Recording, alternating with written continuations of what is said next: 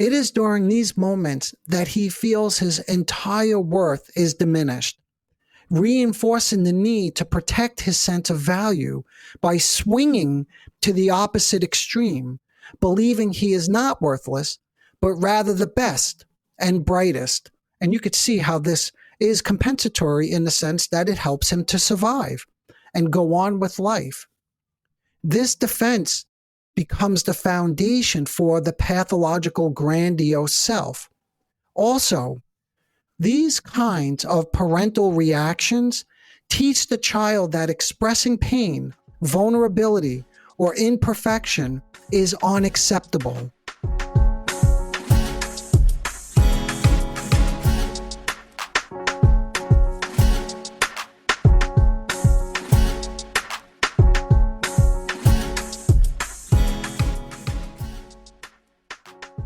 Hello, everyone. Welcome to the Narcissism Decoder. I'm your host, Dr. Anthony Mazzella. In our last episode, we explored the complexities of pathological narcissism, emphasizing the unifying factor that runs across all different types and levels of narcissism. This is known as the grandiose self-structure.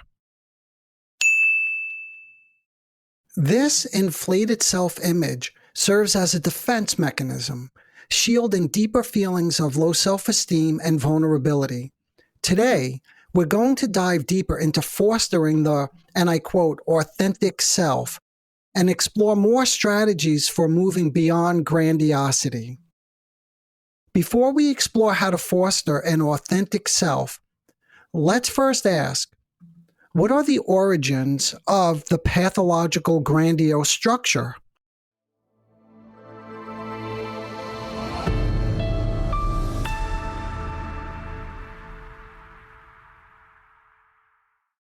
In this episode, we'll focus on just a few of the key theories that explain how and why this grandiose self-structure emerges. Some psychodynamic theories believe that early experiences, such as excessive praise or overvaluation by caregivers, play a significant role in shaping a grandiose self-concept. Wait, you may be asking, how can praise lead to a pathological grandiosity?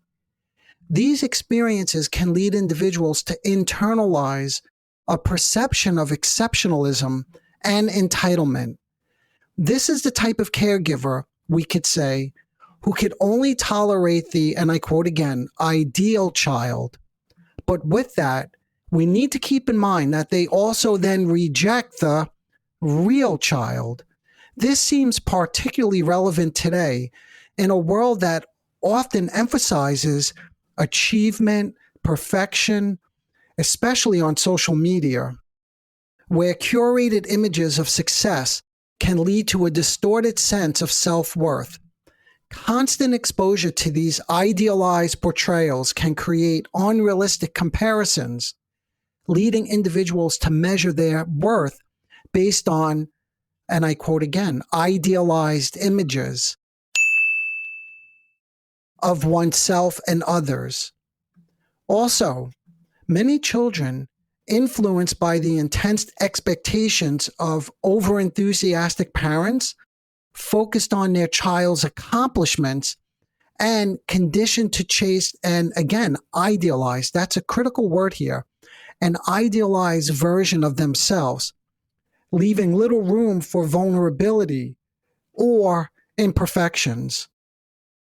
Before we continue with a clinical example, I want to always reiterate that all patient examples are composites, drawn from both private practice and other settings.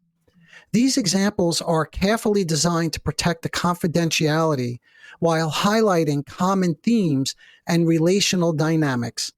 Okay, to illustrate excessive praise or overvaluation by caregivers, in one patient's formative years, he reported feeling like his mother completely doted on him. He could do no wrong in her eyes. She tended to his every need and emphasized the importance of focusing on his studies and getting good grades. With good grades, he was taught by both parents that everything in life he wanted would come to him.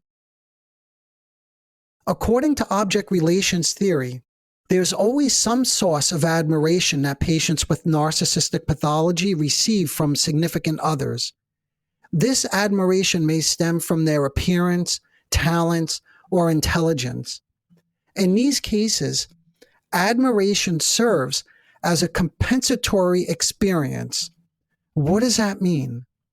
What I'm suggesting is it allows the patient to derive a sense of security from feeling admired or special. However, it's really important to note that this admiration replaces the deeper security that comes from feeling truly loved. In these circumstances, the child fails to cultivate a genuine, authentic self that exists independently of others' admiration and idealized perceptions. Instead, they develop a grandiose self-structure marked by highly contradictory and distorted self-images, oscillating between feelings of superiority and devaluation, leading to a fragmented sense of identity.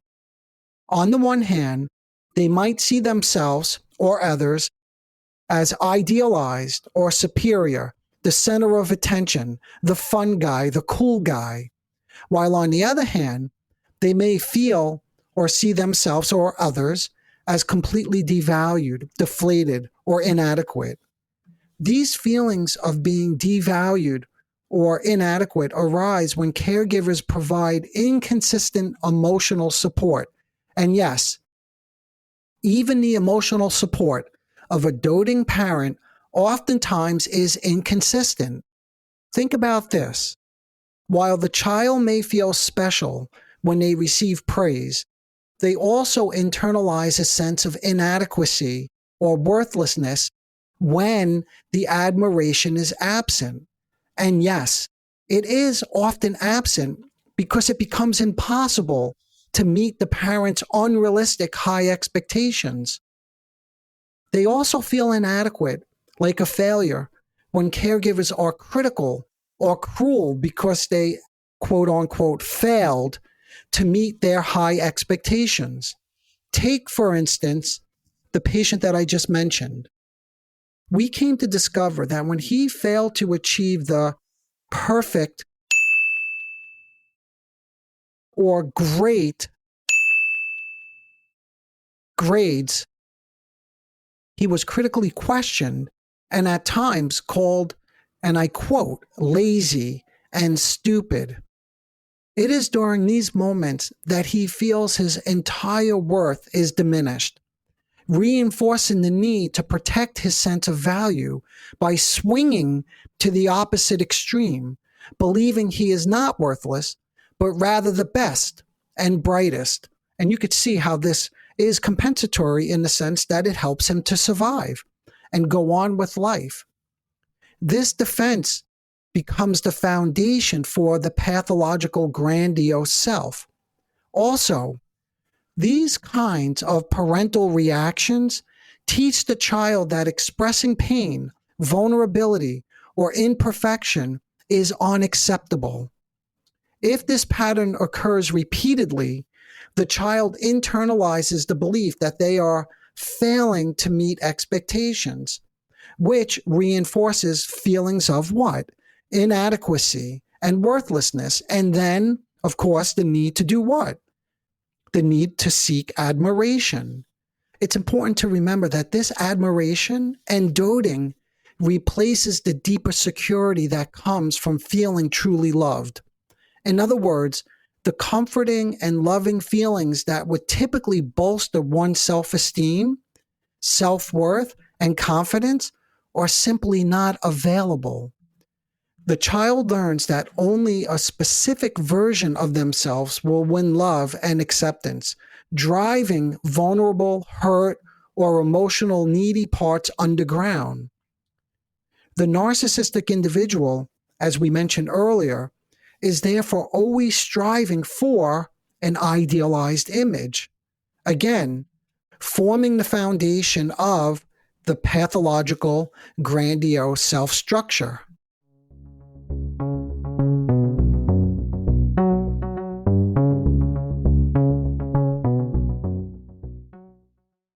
There are several other critical theories that help explain how this grandiose structure develops. For instance, it's common for individuals with this type of grandiose self concept to perceive a parental figure as domineering and controlling. Additionally, many have a complicated past, having been teased, bullied, or ridiculed at home or at school. These early experiences significantly contribute to their inflated sense of self and reliance on external validation. While time does not allow us to delve into the details of these theories, if you're interested, I recently recorded a course that explores these dynamics in depth. However, just briefly, here's a part of an example I detailed in that recorded course. A patient expressed frustration about his own son's behavior, saying, "My father can never be wrong, and today it drives me crazy when I see that my son can't be wrong." As we explored his intense conflict with his son, we uncovered a subtle but ongoing battle for control. He often described his son's behavior as wrong or bad and felt compelled to correct it through physical punishment or crushing humiliation. This led us to analyze his need to assert power, often to the point of shaming his own son. In these moments, the grandiose structure manifests in an insistence on maintaining power and control while projecting his weak and humiliated self onto his son. In other words, that gets split off and projected. All common defenses that people with personality disorders use. So anyway, in this example, when his son engages in an act of defiance, for instance, he is confronted with a helpless, painful feeling, right? Because he can't control his son. I helped him see how he must quickly rid himself of this feeling by making his son feel like the helpless one. Can you recall a time when someone's defiance or resistance challenged your own sense of control or power? How did that affect your reaction? And what underlying emotions did you notice emerging?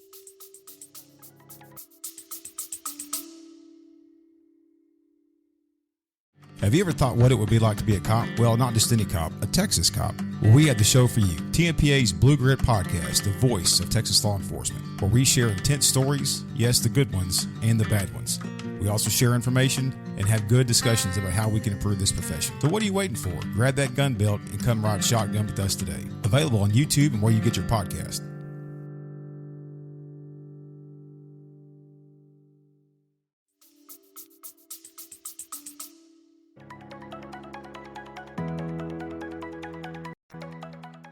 This collapse in the pathological grandiose structure can lead some individuals to withdraw from the world, engulfed in feelings of shame, humiliation, resentment, and contempt. They often project their deepest insecurities and blame others for their perceived failures. For instance, a patient who experienced such a collapse when she failed out of law school returned to her childhood home to live with her mother, where she began to bully her, fixating solely on her mother's most troubling traits while attacking and accusing her of being narcissistically preoccupied. When you're with somebody, or if you have somebody like this in your life who has this kind of grandiose self, or if you recognize these traits in yourself, it could feel challenging. So, how do we relate to someone who has this kind of fragmented self, who oscillates between feelings of superiority and deep insecurity and at times helplessness?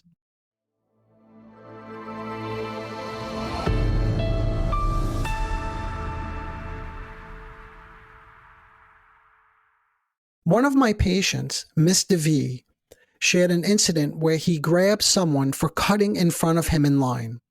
When I helped him take a step back and reflect on what he was thinking and feeling at that moment, he started talking about a profound sense of being disregarded and overlooked, as though he didn't matter, like he was invisible. By getting closer to his experience, I was able to appreciate the ways in which these aggressive actions were, for him, useful in warding off painful feelings of being insignificant, of being unimportant. Maybe not so useful in terms of getting beat up or the risk of getting beat up on the street, but useful in protecting his vulnerable sense of self. Over time, I was able to help him see that these feelings likely stem from childhood, when his mother controlled so much of his life, he told me, dictating even the small things, like what clothes he wore or when he could make noise at home. As we worked through this, I challenged him to think about his aggressive behaviors in a new light. As I just mentioned, I challenged him to think about these behaviors in a new light. And this is a critical technique when working with personality disorders, particularly those rooted in a grandiose sense of self. When I say challenged, I don't mean a direct, angry confrontation. Instead, it's about creating space to question their delusional or rigid way of thinking, which is very different from just patiently listening or simply validating their experience. Sometimes you hear this stuff in terms of someone who's been to therapy. Then they say, I had a nice, supportive therapist, or the therapist told me just to listen to my spouse and be very patient. While traditional therapeutic techniques like empathic listening and validation certainly have their place, especially when building trust, they're not enough on their own when dealing with the grandiose structure.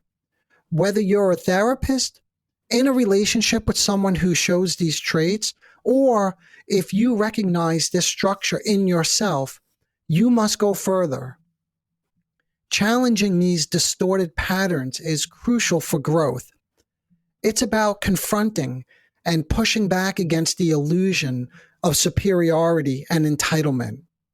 For instance, with this patient, when he told me about grabbing someone who cut in front of him in line, in addition to validating his anger and exploring his sense of being wronged, I had to gently but firmly challenge the idea that this aggressive behavior was justified.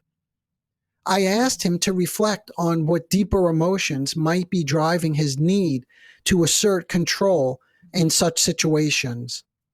This was not about invalidating his feelings, but rather about confronting the illusion that he was justified or entitled to behave in this way. By challenging this worldview, whether in therapy or in your own life, you can start to see that this inflated self-image is actually a defense, a way of avoiding feelings of inadequacy or insignificance. It's through these challenges and careful confrontations that we can begin to make space for the patient or for you or someone you know to acknowledge and integrate a more vulnerable, authentic self that has been split off. For example, again, back to this patient, I was eventually able to help him recognize how controlled he felt growing up with a mother who not only dictated his choices, but stifled his sense of individuality, leaving him feeling insignificant. Through the interpretive process, I showed him how today he wasn't going to allow himself to feel that same insignificance again, especially not in a situation as minor as being cut in line. And while I say as minor as being cut in line, part of the work was helping him see that, at least for him, it wasn't minor at all.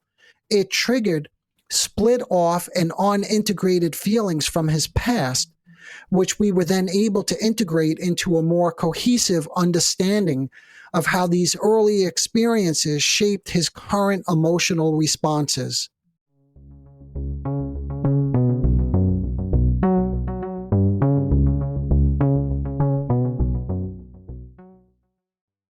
Have you ever confronted your own defenses or felt the vulnerability that lies beneath them? We've covered a lot today, from understanding the grandiose self structure to exploring the importance of fostering an authentic self. The strategies include, but are not limited to, empathy, self-reflection, challenging grandiose behaviors, confrontation, and integrating the split off and projected vulnerable and shameful aspects of oneself. While we've made some progress, and pretty good progress, there's still much more to unpack when it comes to separating oneself from the grandiose structure, from this mafia or this cult, as I referred to in the prior episode, the cult or the mafia that takes over the other side of your personality. If you're eager to dive further into these complexities, be sure to check out my audio recorded course on this same topic. That's where I go into far more detail. Also, you'll find additional strategies and insights on my website that can help you move forward on your journey. What do you think about this perspective on grandiosity? At the very least, I hope this helps you begin to question and think about narcissistic grandiosity in a new way. Okay, until next time, bye for now.